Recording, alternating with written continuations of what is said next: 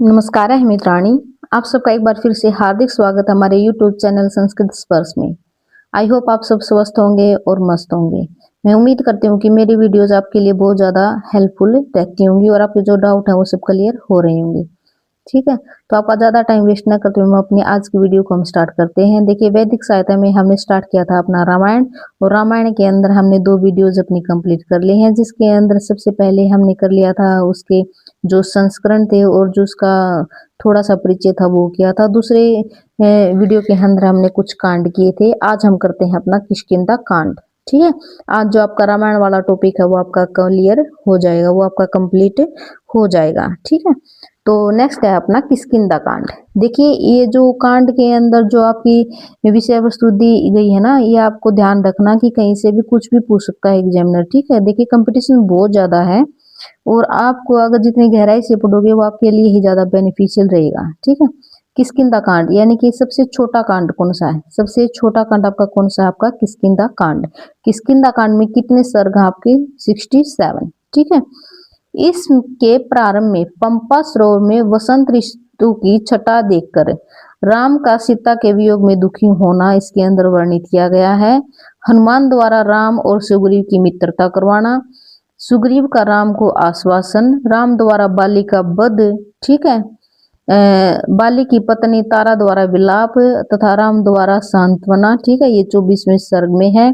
सुग्रीव और अंगद का राज्याभिषेक, राम का परसवर्ण गिरी पर्वत पर चतुर्मास यापन, चतुर्थ मास वर्षा का वर्णन, लक्ष्मण का क्रोध, इसके अंदर शरद ऋतु का महत्व, वसंत की सुंदरता, दक्षिण दिशा में हनुमान जी का गमन यानी कि सभी दिशा में वानरों का भेजना। ठीक है, संपत्ति था एक जटायु का भाई, उसकी वानरों से भेंट होना। ठीक है, संपत्ति के अनुसार बताए गए हनुमान को सीता के स्थान की सूचना प्राप्त होना, और इसके जो अंतिम सर्ग है इसका, उस सर्ग में हनुमान जी का सागर लंघन के लिए प्रस्थान होना। ठीक है, इत्यादि घटनाओं का विस्तार से वर्णन किया गया है।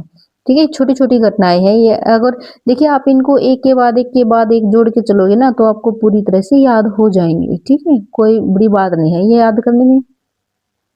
नेक्स्ट है आपका सुंदरकांड। सुंदरकांड में आपके कितने सर्ग हैं? आपके 68 सर्ग हैं। सुंदरकांड में कितने सर्ग हैं? आपके 68 कांड है। देखिए, इसके अंदर हनुमान जी का अशोक वाटिका में जाना, माता सीता को हनुमान जी की अंगूठी देना, और फिर वापिस आके राम जी को सीता का समाचार देना है, तो इसलिए इसका नाम क्या रखा है? सुंदरकांड रखा है। ठीक है, इसमें 68 सर्ग हैं।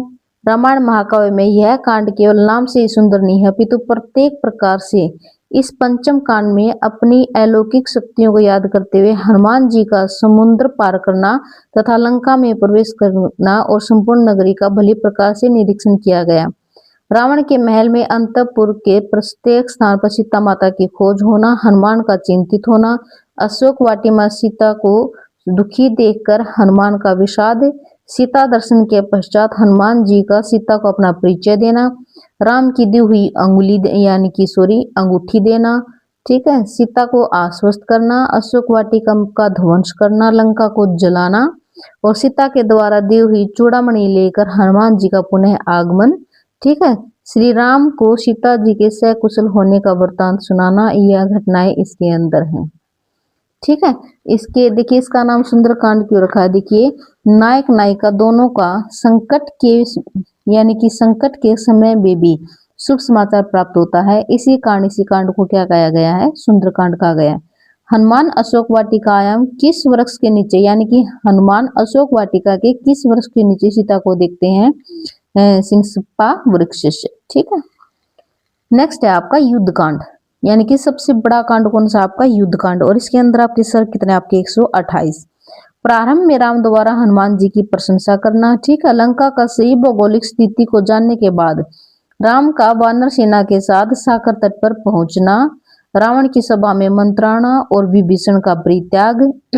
ठीक है, इसके अंदर दिया गया कि नग के द्वारा समुद्र पर सेतु बनाना, युद्ध का आरंभ होना, इंद्रजीत का माया प्रयोग, कुंभकर्ण का वध। ठीक है, नरांतक आदि राक्षसों का वध, ब्रह्मास्त्र का प्रयोग, मेघनाथ द्वारा राम लक्ष्मण को घायल करना। ठीक है, यानी कि जो युद्ध की जितनी भी वो थी ना, वो सब की सब इसके युद्ध कांड में आपकी आई हैं। ठीक है, सीता की सत्यता का बोध होना, यानी कि माया सीता का वध देखकर राम को मूर्छित होना। ठीक है। और सीता की सत्यता का बोध होने पर राम लक्ष्मण की चेतना से युक्त करना, मेघनाथ का वर्ण यानी कि युद्ध इसमें, ठीक है। राम रावण का युद्ध, मेघनाथ का वध, रावण का वध, ठीक है, आदि सब का वर्णन इसी के अंदर किया गया है, ठीक है। लास्ट में आपका राम सीता का मिलन, सीता की अग्नि परीक्षा भी इसी में है, ब्रह्मा द्वारा राम की स्तुति, सीता सहित राम का दशरथ और इंद्र का स्मरण करना, ठीक है, वनवास की अवधि समाप्त और राम और भरत का समागम, ठीक है। ये आपका किस में है, आपका सबका सब आपका युद्ध कांड में है, ठीक है। एक सेकंड भाई,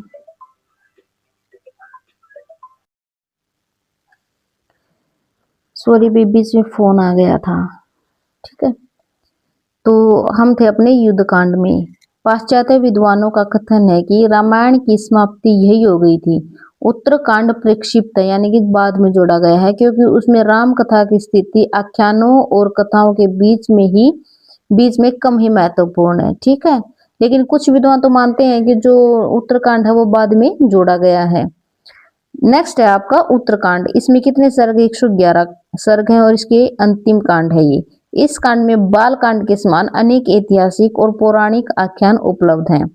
राम की कथा का अंश कम ही है। राम के द्वारा प्रश्न पूछे जाने पर अगस्त्य ऋषि रावण के वंश की कथा सुनाते हैं इसके अंदर। पुनः अगस्त्य ऋषि हनुमान जी की कथा कहते हैं। जनक, सुग्रीव आदि राज्याभिषेक की प्रक्रिया पूरी होने के बाद पुनः अपने अपने स्थानों पर लौट जाने का वर्णन है। विभीषण और कैकेयी राजा का अयोध्या से अपने राज्यों में लौटना। अगस्त्य ऋषि द्वारा मेघनाथ की प्रशंसा के बाद रावण के पितामह पुलस्त्य और रावण के पिता विश्रवा की कथा को बताया जाना, ठीक है। इसके अंदर ही लव कुश का जन्म भी दिखाया गया है। राम द्वारा राजसूय यज्ञ करने की इच्छा प्रकट करना, वाल्मीकि का लव कुश के समक्ष रामायण का गान, कौशल्या आदि का परलोक चला जाना, लव कुश का राज्याभिषेक, ठीक है। और अंत में रामायण सुनने की फल प्राप्ति का वर्णन करके इस महाकाव्य को अंत किया गया है, ठीक है। राम का महाप्रस्थान, जिसमें श्री राम सरयू नदी पर आकर स्वर्गारोहण करके विष्णु के तेज में समाहित हो जाने का वर्णन है, ठीक है। इसके अंदर कुछ देखिए रामायण की कुछ विशेषताएं हैं। रामायण का प्रभाव वर्तमान समाज पर भी बहुत अधिक है, जैसे पिता पुत्र का कर्तव्य, भाई बहन का दायित्व, पति पत्नी का संबंध, ठीक है। अनेक जो पारिवारिक घटनाएं वो हूबहू रामायण में आपकी चित्रित की गई हैं। इसी आधार पर रामायण का मुख्य भाग सामान्य जीवन से प्रभावित होता है।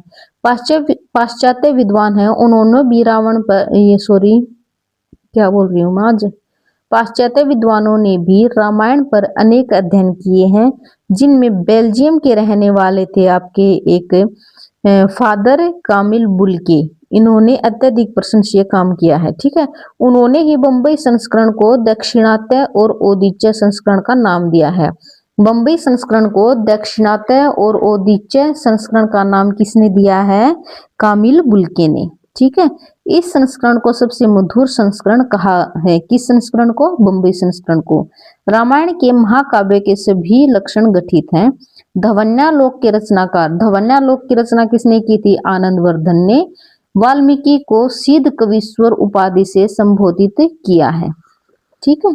धवन्यालोक की रचना किसने की थी? आनंदवर्धन ने। और आनंदवर्धन ने वाल्मीकि को क्या कहा है? सिद्ध कवीश्वर, ठीक है। रामायण की कुछ प्रमुख सूक्तियां हैं। स्त्रीणाम भर्ता देवता, यानी कि पति ही स्त्री का देवता होता है। न मिथ्या ऋषि भाषितम, यानी कि ऋषि कभी झूठ नहीं बोलते। वने दोषा ही भव, वन में भूत परिस्थितियां होती हैं। स्त्रीणाम पवित्रम परमम, पति रे को विशिष्यते, यानी कि एक पति ही होता है जो स्त्रियों के लिए परम और पवित्र होता है।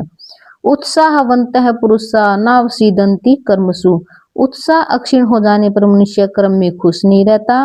अप्रियस्य च पथ्यस्य वक्ता श्रोता च दुर्लभ, यानी कि जो दुर्गम मार्ग होता है वहां पर वक्ता और श्रोता दुर्लभ ही मिलते हैं। गंतुम नो ना अनुशोचंती गतम तु गतमे हुई, यानी कि बीते हुए समय का शोक नहीं करना चाहिए, जाने वाले जाकर ही रहेंगे, ठीक है। अलंकारो ही नारीणाम अक्ष्मा तु पुरुषस्य वा, स्त्री और पुरुष का अक्ष्मा शोभनीय अलंकार है। कामात्मकता न प्रशस्ता, कामी पुरुष मार्ग में आकर्षित नहीं होते। न सुखालभ्यते सुखम, यानी कि सुख से सुख प्राप्त नहीं होता है। नास्ति पुत्र समय प्रिय, पुत्र के समान कोई प्रिय नहीं है। न अन्यथा पुरुष से द्वारा, पुरुष की यानी कि पत्नी के अनेक रूप होते हैं। कुलीनम कुलीनम सॉरी कुलीनम कुलीनम वा वीरम पुरुषमादिनाम वीरम पुरुषमानिनम चारित्रमेव व्याख्याति शुचिम व यदि वा अशुचिम। ठीक है, वीर पुरुष का स्वाभिमान ही उसे कुलीन और अकुलीन बनाता है तथा वीर पुरुष की शुद्धि और अशुद्धि की व्याख्या चरित्र से ही होती है। आम्रम छित्वा कुठारेण निम्बम परिचरेस्तुक न प्रेरणा हरितम वक्ष्यम व्याघ्रम खादितुम इच्छति, यानी कि आम को कुठार से काटकर नींबू का चयन कौन करता है? दूसरे के लाए गए पदार्थ को बाघ खाने की इच्छा रखता है, अर्थात बिना मेहनत के सब सुख चाहते हैं। सुलभा पुरुषः राजन सततम प्रियवादिन अप्रिय पत्य वक्ता श्रोता च दुर्लभ है। राजाओं को निरंतर प्रिय बोलने वाले लोग आसानी से मिल जाते हैं, परंतु अप्रिय मार्ग में वह अपरिस्थिति में वक्ता श्रोता दुर्लभ ही मिलते हैं। रिद्धि युक्ता ही पुरुषा न सहनते प्रस्तुवम, यानी कि संपन्नता युक्त पुरुष परिस्थिति को सहन नहीं कर सकते। भयम भिताद ही जायते, भय को भय से ही जीता जा सकता है। ठीक है, देखिए आज ये जो आपका रामायण वाला टॉपिक था ये आज आपका कंप्लीट हुआ। कल हम स्टार्ट कर देंगे अपना महाभारत का। अगर आपको लगता है कि मेरी वीडियोज आपके लिए हेल्पफुल हैं तो प्लीज मेरे चैनल को लाइक शेयर और सब्सक्राइब जरूर कर दीजिए। ठीक है, फिर मिलते हैं कल अपने एक नेक्स्ट टॉपिक के साथ, रामायण के साथ। तब तक के रामायण नहीं, महाभारत के साथ। तब तक के लिए आप सब अपना ध्यान रखना। धन्यवाद।